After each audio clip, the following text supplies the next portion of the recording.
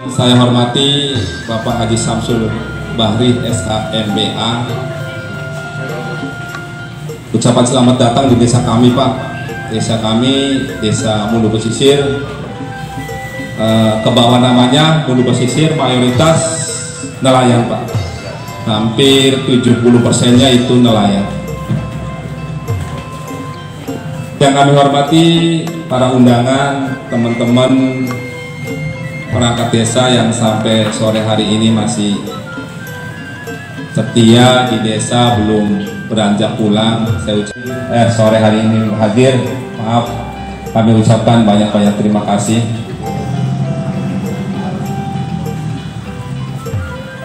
Kami ucapkan juga apa yang akan kami gantungkan kepada Bapak, karena kami di daerah, di desa ini, kalau tidak dibantu oleh para anggota dewan yang punya, maksudnya punya juga mengambil kebijakan, kami sangat sulit, Pak. Apalagi tahu sekarang dana DD masih dialokasikan untuk penanganan COVID, Pak. 62% masih untuk penanganan COVID. Jadi untuk infrastrukturnya sama sekali belum tersentuh. Sedangkan Bapak bisa lihat sendiri, kalau Bapak bisa bangun, ini sebelahnya tembok ini, Pak, lapang bola kami itu sangat luar biasa, airnya bukan Pak itunya, Pak. Jadi banyak hal-hal seperti itu yang insya Allah nanti Bapak pulang dari sini bawa PR, kami tunggu kenang-kenangannya nanti apa yang Bapak akan berikan kepada kami. Mudah-mudahan Bapak sehat selalu, Bapak bisa perjuangkan kami atas nama masyarakat, dan yang terakhir nanti kedatangan Bapak ke sini benar-benar bermanfaat untuk kita semua. Mungkin itu saja yang bisa kami sampaikan. Kami mohon maaf barangkali tempatnya kurang berkenan atau hal-hal yang lain dalam pelayanan kami kurang baik. Sekali lagi kami mohon dimaafkan, Pak. Billahi taufiq wal hidayah. Wassalamualaikum warahmatullahi wabarakatuh. Waalaikumsalam warahmatullahi wabarakatuh. Selamat sore, salam sejahtera untuk kita semua. Pertama-tama saya menyampaikan puji dan syukur kehadirat Allah Subhanahu wa Ta'ala atas segala rahmat dan karunia-Nya berikan pada kita semua, hingga pada sore hari ini kita semua masih diberikan sehat dan bisa ketemu, saya bisa bersilaturahmi dan terima dengan baik. Mudah-mudahan ini akan memberikan manfaat untuk kita semua. Saya hormati Pak Hairul,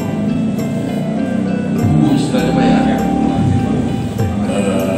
Bu Desa Mundu Pesisir, Kecamatan Mundu, Kabupaten Cirebon.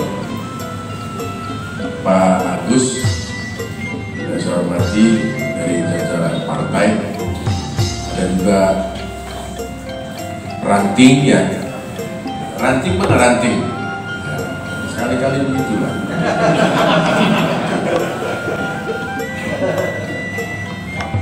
Pak Bu Bandengan, terima kasih sudah hadir. Mudah-mudahan kehadirannya bisa membangun keakraban ke depan, ya.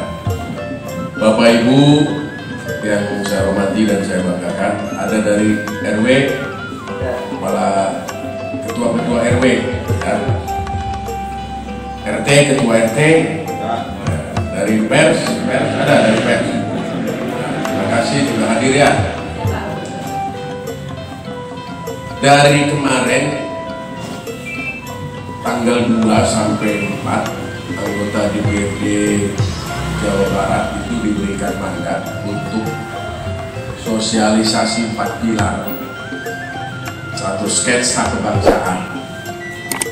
Ini penting karena amanat undang-undang. Ketika MPR dipimpin atau diketuai oleh Pak Taufik Kemas, almarhum mantan ya, begitu meninggal beliau masih posisi suaminya ketua umum, jadi bukan mati. Bapak-bapak tahu bahwa kita ini Indonesia, di dalamnya terdiri dari beberapa bangsa, suku bangsa, ratusan suku bangsa, diikat oleh satu kesatuan negara, namanya Negara Kesatuan Republik Indonesia. Berbeda dengan di Timur Tengah. Di Timur Tengah itu satu bangsa, namanya bangsa Arab, tapi negaranya banyak sekali. Ada Saudi Arabia, Libya, Libanon, Mesir, Tunisia, Yaman, Yordania. Satu bangsa sebenarnya, bangsa Arab, tapi negaranya banyak. Beda kita, suku bangsanya aja luar biasa ribuan, tapi diikat oleh satu kesamaan paham, satu kesamaan visi, satu kesamaan ideologi, namanya Negara Kesatuan Republik Indonesia. Maka ketika kemudian banyak sekali soal-soal yang menyangkut ideologi, intervensi ideologi dari negara-negara luar, maka dianggap bahwa pentingnya kita mempererat yang namanya pilar kebangsaan. Pilar kebangsaan. Maka disepakati oleh para tokoh-tokoh bangsa dari seluruh kekuatan politik, kekuatan ekstra politik, konsensus bahwa menyatakan sepakat kita membentuk sebuah pilar kebangsaan yang disebut 4 pilar kebangsaan dalam rangka memperkokoh, memperkuat posisi Negara Kesatuan Republik Indonesia. Yang kedua, Undang-Undang Dasar 1945. Yang ketiga, Bhinneka. Yang keempat, ya, itulah 4 pilar kebangsaan. 4 pilar kebangsaan dibuat dalam sebuah keputusan politik MPR, tapi kemudian substansinya ditindaklanjuti oleh keputusan-keputusan berikutnya, mewajibkan kepada seluruh komponen bangsa, khususnya yang terkait dalam urusan-urusan pemerintahan, diberikan mandat untuk mensosialisasikan. Nah, hari ini saya hadir di Desa Mundu Pesisir dalam rangka, ya, saya ingin bercerita tentang apa sih pentingnya ideologi. Kenapa kita harus berpancasila, ya Pak ya? Kenapa kita harus memiliki landasan operasional bangsa, Undang-Undang Dasar 1945? Kenapa kita harus menjunjung tinggi kebinekaan? Kenapa kita juga harus menjaga, mempertahankan Negara Kesatuan Republik Indonesia? Cara tentang intisarinya saja, ya, karena ini sudah lengkap semuanya di sini, sudah lengkap, materinya sudah lengkap semua. Tinggal Bapak kalau agak sedikit ngantuk, belajar aja di rumah, pelajari, dan saya yakin semuanya paham. Apalagi ini usianya usia di hampir sejajar lah sama saya ya, 45 sampai 50. Dan pada situasi usia segitu tuh masih belum masih bisa memahami sejarah kebangsaan, karena dulu di SD-nya masih dapat sejarah SMP ya, PMP, Pendidikan Moral Pancasila. Nah, sekarang sudah mulai terkikis pelajaran-pelajaran yang menyangkut ideologi, pelajaran-pelajaran yang menyangkut kebangsaan, sejarah menjadi bias. Saya nggak ngerti ada kepentingan apa, mudah-mudahan ini hanya sekedar kealpaan aja, tapi prinsip bagaimana menjaga 4 pilar kebangsaan, Pancasila sebagai ideologi negara, Undang-Undang Dasar 45 sebagai landasan operasional bangsa, dan NKRI, Bhinneka Tunggal Ika menjadi landasan spiritual bagi kita semua. Kemudian NKRI adalah semboyan filosofi kebangsaan bahwa mempertahankan negara kesatuan Republik Indonesia adalah harga mati buat kita semua. Setuju nggak kira-kira Pak? Setuju. Oke. Baik Bapak-Bapak Ibu sekalian yang saya hormati, sebelum saya masuk pada materi ini, saya menyampaikan selamat buat Pak Kubu Khairun yang terpilih secara mayoritas, mendapat dukungan suara yang luar biasa. Ini artinya modal dasar untuk membangun desa Mundu Pesisir dimandatkan kepada beliau. Tetapi ketika tadi ngobrol, beliau begitu dilantik, PR-nya luar biasa banyak. Ya Pak ya? PR-nya luar biasa banyak. Banyak hal yang harus diurus. Pastilah itu kepala desa, apalagi bupati. Ya Pak ya? Apalagi gubernur, apalagi presiden. Tapi jangankan gubernur, presiden, semuanya katanya berat tugasnya. Ketika pemilu presiden 2024 aja calonnya sudah luar biasa banyak. Ya Pak ya? Padahal pembukaan aja masih tahu. Bahkan ada opini politik yang sekarang berkembang. Beberapa kekuatan politik menginginkan pemilu diundur. Ini luar biasa, ya. Pemilu diundur dengan argumentasi karena banyak masalah yang menyangkut urusan keuangan terkait penanganan COVID menjadi beban baru bagi pemerintahan kita. Tapi komitmen, mohon maaf, PDI Perjuangan dan Presiden tetap bahwa pemilu legislatif dan presiden tetap dilaksanakan tahun 2024. Ya, karena apa? Pemilu itu hajat wajib rakyat 5 tahunan, dan ternyata tidak ada satu undang-undang pun atau satu argumentasi hukum pun yang dapat dibenarkan untuk mengundur melakukan penundaan terhadap pemilu. Kalau saya boleh bertanya nih, kira-kira 40 atau 30-40 orang setuju diundur apa setuju diadakan pemilu? Tapi yang pengen mundur tuh, tanya yang pengen diundur juga mengatasnamakan rakyat juga, ya kan? Tapi nggak tahu, yang jelas bukan rakyat Mundu Pesisir lah, kan gitu ya Pak ya.